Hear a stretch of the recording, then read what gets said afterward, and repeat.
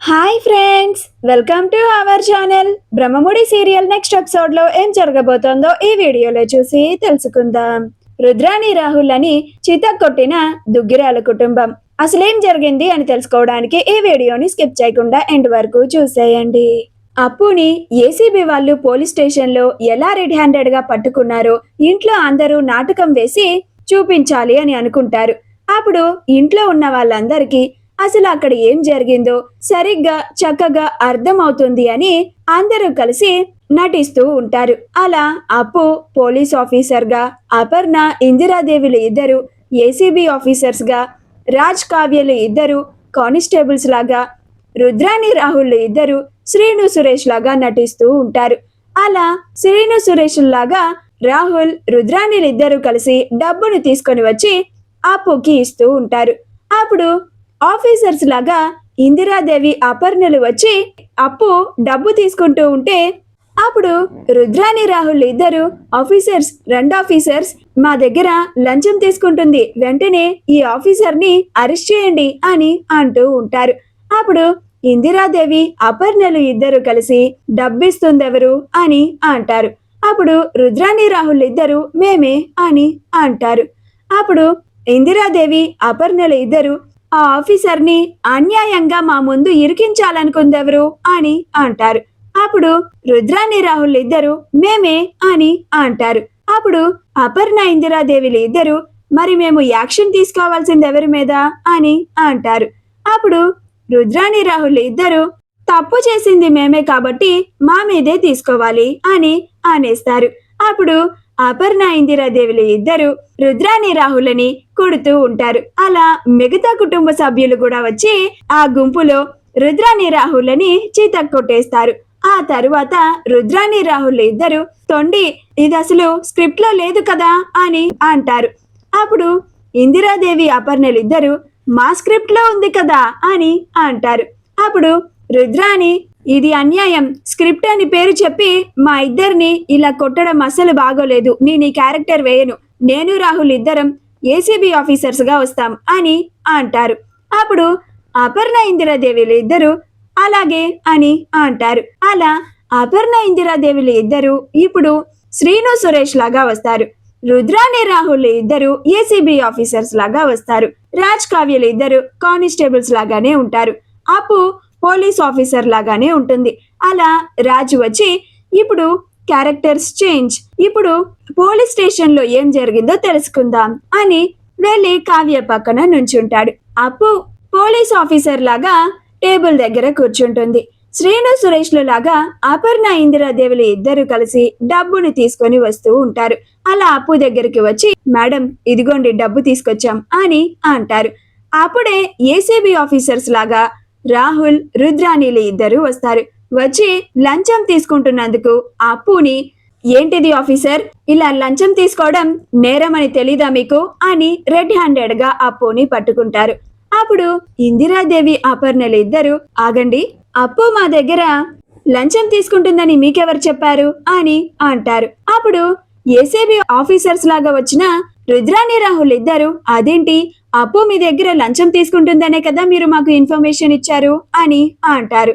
అప్పుడు అపర్ణ మేము 100 అయినా చెప్తాం, కానీ మీరు ఎంక్వైరీ చేయకుండా ఇలా వచ్చేసి రెడ్ హ్యాండెడ్ గా ఎలా పట్టుకుంటారు, మేము అబద్ధం కూడా చెప్పి ఉండొచ్చు కదా, ఏసీబీ ఆఫీసర్ అనే బాధ్యత గల పొజిషన్ లో ఉండి మీరు కూడా ఇలా తప్పు చేస్తారా అని అపర్ణ ఇందిరాదేవులు మళ్ళీ వచ్చి రుద్రాని రాహుల్ని కొడుతూ ఉంటారు.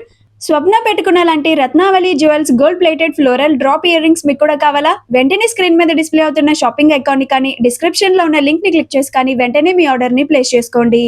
అప్పుడు మిగతా వాళ్ళంతా కూడా ఆ గుంపులో వాళ్ళిద్దరిని కొట్టేస్తారు. మళ్ళీ అందరూ ఎవరి ప్లేసుల్లోకి వాళ్ళు కామ్ గా వచ్చేస్తారు. అప్పుడు రాహుల్ రుద్రానీలు ఇద్దరు ఏమైంది మమ్మల్ని మళ్ళీ ఎందుకు కొట్టారు అని అంటారు. అప్పుడు అపర్ణ మీరు ఏసీబీ ఆఫీసర్స్ గా వచ్చి అసలు ఏం జరిగిందో తెలుసుకోకుండా రెడ్ హ్యాండెడ్ గా అప్పుని అరెస్ట్ చేయాలి అని అనుకున్నందుకు అని అంటుంది. అప్పుడు రుద్రాని స్క్రిప్ట్ లో జరిగింది అదే కదా అని అంటుంది. అప్పుడు అపర్ణ కానీ మా స్క్రిప్ట్ లో అలా లేదుగా అని అంటుంది. అప్పుడు రుద్రాని రాహుల్ ఇద్దరు ఆశ్చర్యపోతారు. మేము ఏసీబీ ఆఫీసర్స్ గెటప్ కూడా వేయం, మేమిద్దరం సైలెంట్ గా ఒక పక్కన కానిస్టేబుల్స్ లాగా ఉంటాం అని అంటారు. అప్పుడు అపర్ణ ఇందిరాదేవులు ఇద్దరు అలాగే అని అంటారు. అలా రాహుల్ రుద్రాణి దేవులు ఇద్దరు ఈసారి కానిస్టేబుల్స్ లాగా ఉంటారు. రాజ్ కావ్యలు ఇద్దరు ఈసారి ఏసీబీ ఆఫీసర్స్ లాగా వస్తారు. అపర్ణ ఇందిరాదేవులు ఇద్దరు సురేష్ శ్రీను లాగానే ఉంటారు. అప్పు ఆఫీసర్ లాగానే ఉంటుంది. అలా ఇందిరాదేవి అపర్ణలు ఇద్దరు డబ్బు తీసుకొని వస్తూ ఉంటారు. అలా అప్పుకి ఇవ్వబోతూ ఉంటే రాజ్ కావ్యలు ఇద్దరు ఏసీబీ ఆఫీసర్స్ లాగా వస్తారు.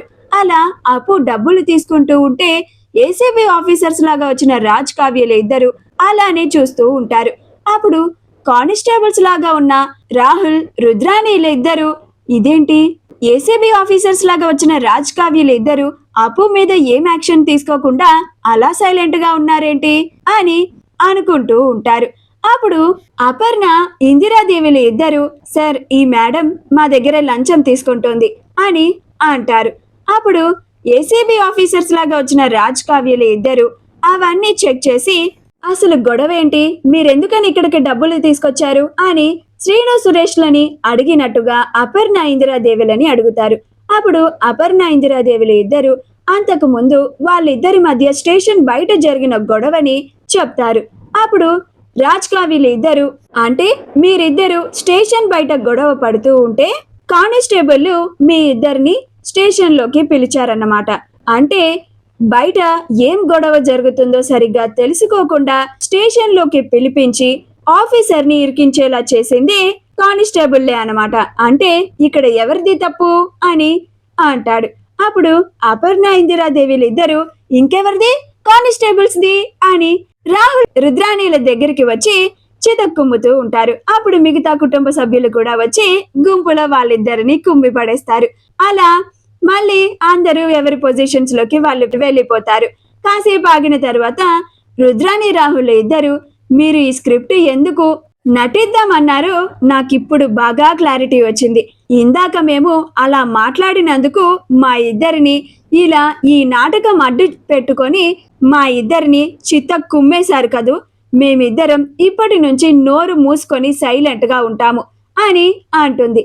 అప్పుడు ఇందిరాదేవి ఇప్పుడు బాగా అర్థమైందా రుద్రాణి, ఈసారైనా ఎవరైనా ఏదైనా ముఖ్యమైన విషయం గురించి మాట్లాడుకుంటూ ఉన్నప్పుడు అక్కు పక్షిలాగా మధ్యలోకి వచ్చి అపశకనపు మాటలు మాట్లాడావంటే నీకు ప్రతిసారి ఇదే గతి పడుతుంది, జాగ్రత్త అని అంటుంది.